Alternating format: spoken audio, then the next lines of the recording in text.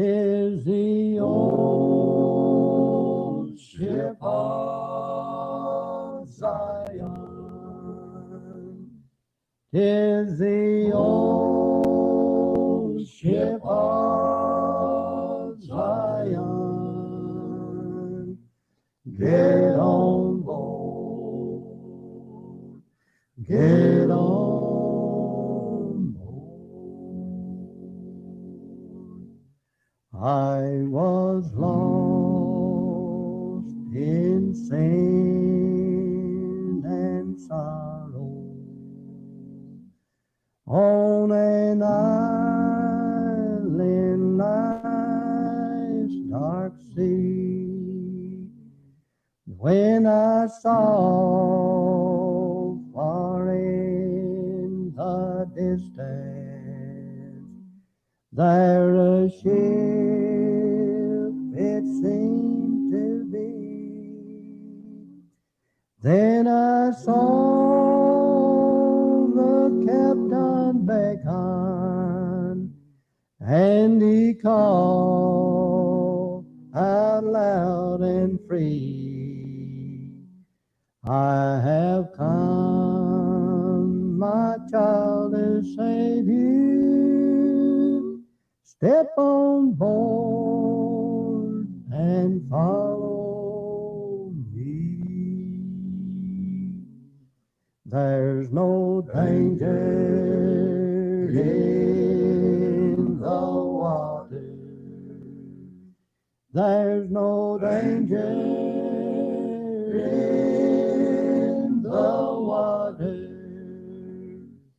There's no danger in the water. Get on board. Get on board.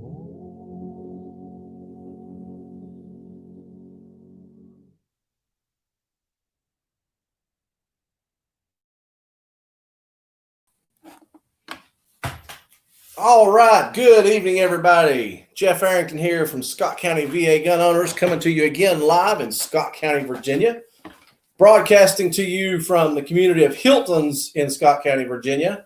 And we are here tonight to have a little bit of a different show. I apologize. I know I told you guys I was going to be trying to go live at 8. I'm about 20 minutes late here. We obviously have some cooler weather moving in tonight, and we've been working on the garden the last several days and went out to cover it up. I don't know if it's going to freeze or not, but I didn't want to take the chance. So that's why we're a little bit late here. I apologize for that. But anyhow, you'll notice across the bottom tonight, guys, we do have a number scrolling across there. It's 423-225-2080. That's a number that you can, if you want to tonight, at any point in time. I'm just going to let this kind of roll. This is just literally like you're just hanging out in the house here with me in front of the fireplace. It's a little bit cooler, but we're going to let things roll. And if you want to call in and ask about anything, talk about anything, the phone lines are here. Unfortunately, Wilson had some things come up, so Wilson's not in the house with us tonight. It is, unfortunately for you, it's just me. And I'm a little bit dirty and nasty and cut up, but been out working, like I said, and in this quarantine situation, we've had some time to work on the garden. And we welcome your all's phone calls. So if there's anything at all you want to call in, when you call in, just give us your name and where you're from, and we'd love to hear from you and hear what you guys are doing during quarantine time. Maybe you just want to call in and give a praise or give a prayer request. John Lovin from Yancey County, North Carolina, checking in. Great to hear from you, John. But call in about anything. We've got a number of things. We're just going to talk through it. Nothing in any particular kind of order. Got several notes here. And again, this is just going to be kind of an ad hoc session, we'll call it, if that's all right with you. Just kind of shooting the breeze, as they say. So I see Patricia is tagging me in a post online. I'm assuming maybe hopefully she's sharing this post out, or DeLynn or any of the other admins or any of the folks that have been on our previous panels. If you guys join in, we'd love to hear from you. So feel free to call that number at any point in time. My phone rings. We're going to bring you online and let you talk a little bit. Good to see you, Patricia. If Patricia or anybody else, John, any of you guys want to call in, make a prayer request, tell us what you've been doing during the quarantine situation, or bring up a topic, tell us some news. We'll talk about anything. Tonight's just kind of tonight's kind of a catch-up. We haven't been live actually in a while, and I apologize to y'all. But again, this quarantine situation has had me testing out my parenting skills as a teacher and as a principal and as a cafeteria worker and everything else. So it's been good. I'll be honest with you. I've been very, very blessed. But for those of you who may or may not know, hey, Glenn, good to see you. For those of you who may or may not know, just like a lot of other states, we are in a quarantine situation here in the state, in the Commonwealth of Virginia. And that quarantine at the moment, according to, I believe it was Executive Order 55, I think is the main one. There's rumors of a 56 that may be coming out. For all I know, I could have missed it, guys. Recently, earlier today, I don't know. I think the governor's been making a comment about every day, so I may have missed it while I was out working earlier. But there's rumors of a 56 coming about. But Executive Order 55 has the lockdown in place through June 10th in the Commonwealth of Virginia. So I've been very blessed to be able to work remotely. Again, also checking on those skills as a principal and school teacher with my kids. I got one in second grade and one in fourth grade, and been blessed with trying to experience what some of their teachers experience, trying to get them math and reading. And matter of fact, I'm going to grab something here real quick. This is kind of funny. So here in the cabin, as you guys know, I had a work call earlier today, and the kids came down here to join me for that work call. And during my work calls, they usually read. I have them reading because that's a good activity. I tell them they can read or write all they want while Daddy's in a meeting. But it was funny because they forgot their normal books. So here at the cabin, as you guys know, I told you it's an old cabin, and the only books I have here are a lot of antique books. So I was going to show you guys what I had. This is what I had my daughter reading. Hope that shows up. Wesley, God's Love to Fallen Man. This is coming out of the world famous Orations. Now, for a second year grader, you can imagine she was really loving this book, I'm sure. But that's what they got for getting to bring their own books. But these came out in 1906, so that's what she was reading. And I had my son reading. It was, I don't remember exactly what page it comes up, but I'll be able to find it real quick because it's going to stand out by the name. It was Thomas Jefferson's. And I say it's going to stand out, but I don't see it. It was Thomas Jefferson's inaugural address. So his first inaugural address, pays $166. Anyways, I won't pull it up, but it was his inaugurational address. So that's been their school lessons too. So for any teachers out there that might be watching, I hope you guys can appreciate that. Einstein's Mom, it's great to hear from you. Nice piece above the mantle. I tell people all the time that's the original assault weapon. I will tell you guys, I'm in the works right now. I'm trying to put a video together to do some firearms reviews. I've actually got an old flintlock. It's not an old flintlock; it's a contemporary flintlock. So made in an older fashioned Kentucky style fashion, but made in the 70s by a very close friend, good close friend of my father's, who's passed away now, Lewis Smith. So I'm going to be doing a highlight of his firearm. Anyways, like I said, we're just going to be kind of jumping the gamut all around. But anyways, the original assault rifle, Einstein's Mom, it's great to hear from you. I appreciate that. Yeah, I love the old stuff. I'm not going to lie to you. I love the smell of old books, right? If y'all can, oh, man, if you can just, any of y'all who like old books, you know what that smell is. And I love the smell of old books. So these are some books here we have in the cabin for just sitting around and reading. But as I was mentioning, the lockdown in the Commonwealth of Virginia is until June 10th. And that's what we are operating under. For those of you who are just joining, we've got 8 so far online, it looks like. But feel free to call in. We do have a call-in show tonight, 423-225-2080. Call me at any point in time. This is just going to be a good chance to talk. AJ from D.C., great to hear from you, brother. Okay, so we talked about the lockdown. We're going to talk a little bit more on that in a few minutes, but I want to throw out here at the beginning a couple of things. So I should go ahead and throw this out there and say that this is Jeff Arrington speaking. This is my personal feelings about what I'm getting ready to talk about here for a couple of folks. This is not officially I don't know what the right word is. We're not an official sponsor of anybody that I'm getting ready to talk about. This is just a chance for me to talk to you guys and talk to you about some folks that I know that through my personal conversations with them, I've had both of them on the show. A couple of folks I wanted to give a shout out to. First is candidate for U.S. Senate, Daniel Gade. And I mentioned this earlier today, if you caught the real quick, about 10-minute live video at around lunch today. I was saying that if any of you guys happen to would like to have time, if you have time and like to volunteer to do some phone calling for Daniel Gade, they are looking for some folks that can volunteer. The way this works is you basically sign up on an app on your phone, and when you click take a call, it connects you to somebody to just reach out to them and talk to them about Daniel Gade. Daniel Gade is a Purple Heart recipient, veteran of, I believe he was in the Army. Oh, I don't know. I want to say for 24 years. I could be wrong on that, but I think it was 24 years that he served. But he was injured. He lost his leg in a explosion in the Middle East, and he is now running for U.S. Senate from Virginia. Strong Second Amendment supporter. He did actually make the ballot for the candidacy. Again, he's looking for callers. So if you guys would be interested in trying to help him out, I'm going to throw another banner on there real quick. You can go check him out and read a lot more about him at gadeforvirginia.com. So you can see that there. HTTP, it's Gade. Just do a Google search for Gade for Virginia, or go to gadeforvirginia.com, and that will take you to him. They are looking for callers to help them out and get his message out. That is a grassroots effort. I'm going to be honest with you guys. He's not a politician. He's been a military guy.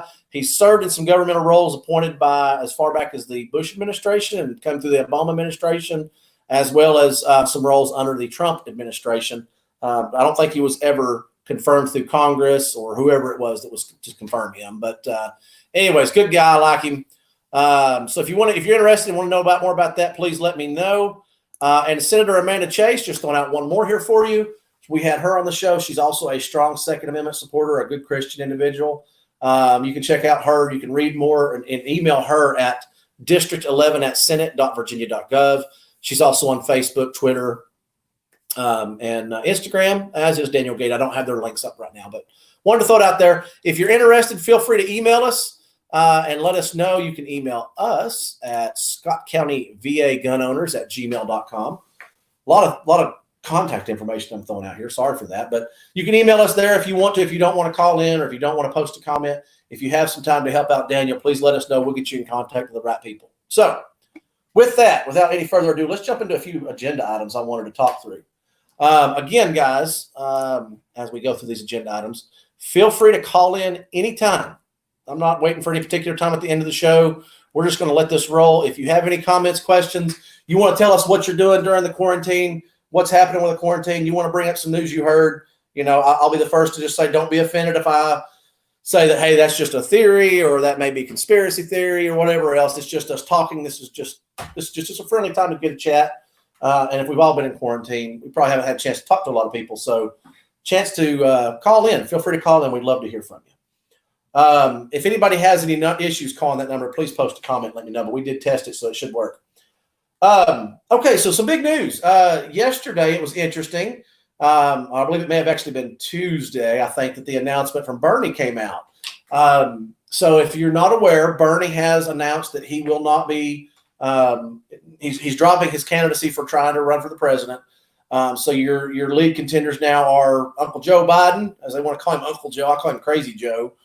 Crazy Joe Biden and President Donald Trump. I think that's really the only two folks that we're going to have any sort of real contest between at this point in time. And I call that a contest lightly because I think, Joe has said that he's running for Senate. Joe has talked about appointing senators. Joe has forgotten President Obama's name. The first time that he and Trump get together, it's going to be rather interesting, I think. I'm looking forward to that. But if you haven't heard, Bernie, that's the big news. Bernie has dropped out. I would also say that even though I'm sitting here joking lightly about Trump taking him on, I want to strongly encourage everybody that when the time comes for the presidential votes, do not underestimate the power of your vote, okay? You've got to get out and you've got to vote. It's incredibly important. We've said it before on this channel. I'll say it again. If you are not registered to vote, be sure to get registered. You can call your local district. They can help you out. If you want to reach out, email us again. Email us, call us. We'll be glad to try to tell you how you can check to see if you're registered to vote. But when the time comes to vote, just because we think that crazy Joe Biden isn't going to have a chance, let's make sure you get out and you get your vote and make sure it counts, okay? If you don't vote, you don't really have a good chance to complain, I guess is what I've always said. I've said if you don't vote, then you really have no right to complain. So Michael Bright, I believe I see you online. Great to hear from you, brother. Talking about voting, let's back up a little bit here. I was mentioning there earlier about this quarantine situation in the Commonwealth of Virginia through June 10th, according to Executive Order 55. Now we got a lot of news to talk about this and some things from today as well that I talked about in today's earlier broadcast. Wanted just to say, as far as this quarantine from Executive Order 55. It got a lot of attention whenever he extended it to go, when he being Governor Northam, extended it to go to June 10th. Now that date it was as far as I know, there was not another state in the union that extended anything that far. And this date of June 10th was an interesting choice because the primary races were scheduled for June 9th. Okay, now if you do the math, that's one day before. So if the the primaries were supposed to run under quarantine, which would have certainly had an impact on primary voting results. So now there has been an update to that since that time. They have postponed those. And Delenn, if you're still online, please correct me if I'm wrong, but I believe those primaries have been adjusted to June 24th. They have statewide postponed those to June 24th. Scott Hughes, glad to see it. Daniel Gate has your vote. And Delenn's making a comment here that, be sure to vote for Daniel in June. Again, June 24th will be that time to get out and put that vote on there. There's two more running for the nomination for U.S. Senate, so be sure to get June 23rd. Patricia, thank you. Golly, thank you very, very much. I hate I was getting that date wrong. Patricia, I can't thank you enough. June 23rd is when the primaries have been rescheduled to, not June 9th. So, the fact that Order 55 came out and that put it off. Thank you, Delenn. I saw you saying the 23rd as well. That was some big news, of course, because there was a lot of contention online about the fact of why the governor chose that date. And I think it was absolutely I don't think that date was an arbitrary date. It was 70 days from the time that he made that order, if I recall correctly. It's exactly 2 weeks from the original date. So is how far they've postponed that. But when he made that order, it was 70 days. It wasn't 75. It wasn't, 50. It wasn't 100. It was an odd number. 70 is kind of an odd number. Of course, I guess they say in the magician's world, you tell someone to pick a number between 1 and 10, 7 is the most likely number they're going to choose. Maybe he was thinking that. He certainly could be a court jester. Maybe he was still trying to do some magic. But the primaries have been saved, I guess, because of that. So they have been pushed to June 23rd. Sorry, guys. I still have a few ladybugs here in the cabin that are climbing up the screen here. So anyhow, and Patricia's also commenting online that Governor Northam could only move the primary for 2 weeks, was as far back as he could push it. But at the end of the day, the thing that I would make a comment about with Governor Northam, and it has a bigger picture that I'm going to tie into here with the whole COVID-19 thing as well. There is absolutely no doubt in the saying, the old-timey saying, if you guys can recall it, and I'm ad-libbing here, but there's basically an old saying that says, don't ever let a good disaster go unused, basically, right? And what I would say is people that have a mindset for tyranny will go to there's no limit to the extreme that they will go to in order to extend or grow or strengthen their power and their influence. Greed does some amazing things to people. Now, apply that to Governor Northam. I think it applies. I think you can apply that to many in the current hijacked Democrat Party that's been hijacked by these extreme leftist / socialist / fascist / whatever you want to call it. It's amazing the extreme that they will go to. They will use disasters. We've seen it time and time again, from school shootings. Before they even come out and talk about what happened and try to understand what happened, they will instantly start talking about gun control. If it does, I can sit here and think of 1,000 different analogies. At the end of the day, any situation that they can use and abuse to gain more power and more influence, they will do it. That's the pure and simple. And I think that this whole COVID-19 situation, I think what Northam is doing, I think that's absolutely an instance of that. I just want to say this, Sinister Italian, hello from Wilmington, Delaware. Cool, we got some Delaware folks on. Guys, we got a number going along the bottom, by the way. I'm going to continue on this COVID-19. But there is a number. If you guys want to call in, talk about this, anybody's feel free. But I can only take one call at a time. I don't know that this call thing does a call waiting or not. But if you want to call in at any point in time, and we'll put you on the phone. We'll probably limit everybody to like 2 or 3 minutes, something like that. But COVID-19, let's talk a little bit more about this. So even though I'm talking about them abusing, I want to be very, very clear about something.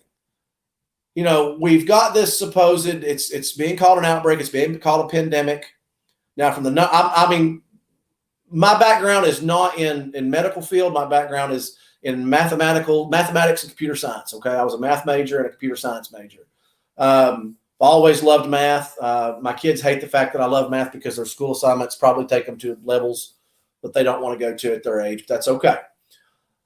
What I can say is from the research that I've done, I've not spent hours and hours. Well, I probably have spent hours and hours collectively in the evenings, but it's not like I'm writing a book on this. I have no intentions to. But from the little bit that I would look at, it's good news that the COVID-19 has not seemed to kill as many as, say, like things like the flu, influenza. Certainly nowhere near the number of like cancer or diabetes. But now it is climbing, and it probably will exceed the annual flu. So I'm not trying to make a comparison there before anybody starts going crazy. What I would say about this is, you know, I think that what people need to do with COVID-19 is truly common sense, right? Wash your hands. Don't sneeze on people. If you're around someone that's sick, keep your distance from them. I mean, guys, I know in urban areas, people's social space gets a little closer because, you know, you guys are used to getting crammed on trains and subways and walking through the streets. In rural areas, we have a pretty big social distance anyways. It's just awkward. When someone comes up and gets you in your face, you're like, you know, I mean, people get maybe 2 or 3 feet from me. That's kind of like, that's good. You're good. You know, you start getting in my personal space after that. So I know that's not the 6 and 10 foot distance they're calling for socially. But I guess what I want to say is with the COVID-19, it to me has highlighted the fact that people don't do these good hygiene practices. And I would encourage you in any situation, whether there's a pandemic going on or not, to practice those and always wash your hands. You know, as they say, sneeze in your elbow, don't sneeze with your hands. And as I'm sitting here rubbing my face, you know, you shouldn't rub your face. I've been out in the garden working, so I've got some dirt and stuff on my face, but I'm clean. I've really been quarantining myself pretty good. I'm going to have to say I'm a homebody anyways. So personally for me, this has not broke my heart. It's been a good time spending time at home with the kids and the family. And again, I've been blessed to be able to work remotely. So I certainly thank God for that. But at the end of the day, what I'm trying to say is we should try to do some good hygiene activities, right? We should wash our hands. We should stay clean. We should maintain a healthy social distance. I just think that's just, I don't know, I think it's just respectable. Anyways, now, of course, again, in urban areas, on subways and in the streets, crowded streets, that can be a little different. And I understand that and respect that. But with what the government is saying, both at the national level and at the state levels, you know, it's one thing for state officials or federal officials to make recommendations and say, we recommend that you should be doing this. We recommend this distance. You know, I mean, without declaring some sort of martial law, I've not been able to wrap in my mind a healthy reason that the government should ever have the authority to tell us what to do, to tell us to stay in place, to tell us that you can't leave your house, to tell us that you can't go somewhere. I think recommendations are perfectly fine. Now, that does cross a close line because, you know, if people get out and continue to spread a virus, then that can certainly have an impact on people and their ability to practice their rights, right? Life, liberty, and the pursuit of happiness. Well, you know, if you've got some teenagers that want to go out and go to spring break and maybe get a little wild, and then they come back with a flu or COVID-19 or anything else, they come back and they get their neighbor's grandparents sick. Well, I mean, then one could say that person's activities has kind of infringed upon the elderly couple's life, liberty, and pursuit of happiness. So I can admit there's a bit of a dilemma there, but I still cannot reconcile in my mind that a government, local, state, federal, can tell you what to do when it comes to quarantine situations. I just the liberty, constitutional loving person inside of me says that does not feel right. Okay. I think that recommendations and saying we recommend you stay home, we recommend you don't get into gatherings of more than 10 people. They certainly can have influence, I think, on public spaces, courthouses. They can shut those down.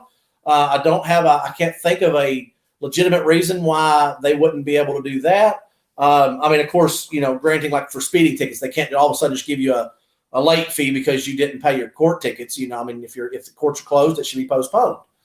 And particularly where I'm going to is a case that came out of, well, there's two cases really, but there was an interesting, I saw a video today.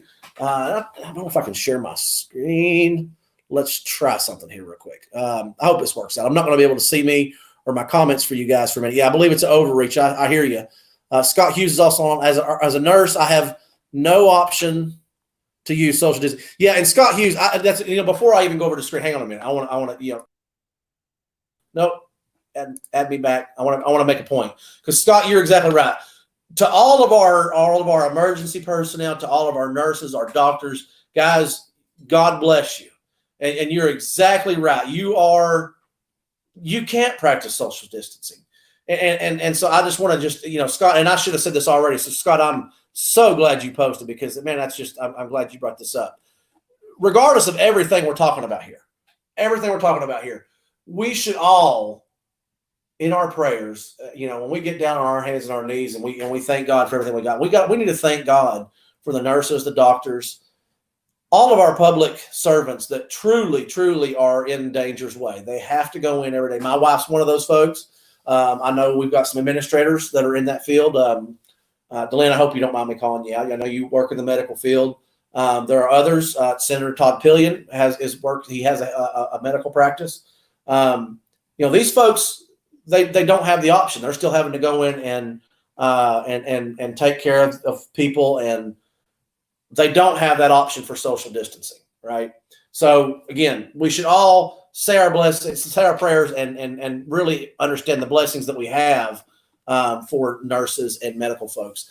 I just want to catch you on a couple of these comments. Patricia, COVID-19 will be considered a cause of death if symptoms are, yes, present at time or the person is tested positive. It's a new coding by the CDC. Yeah, so I'm going to go walk over to Facebook here in a minute and continue this conversation about some churches.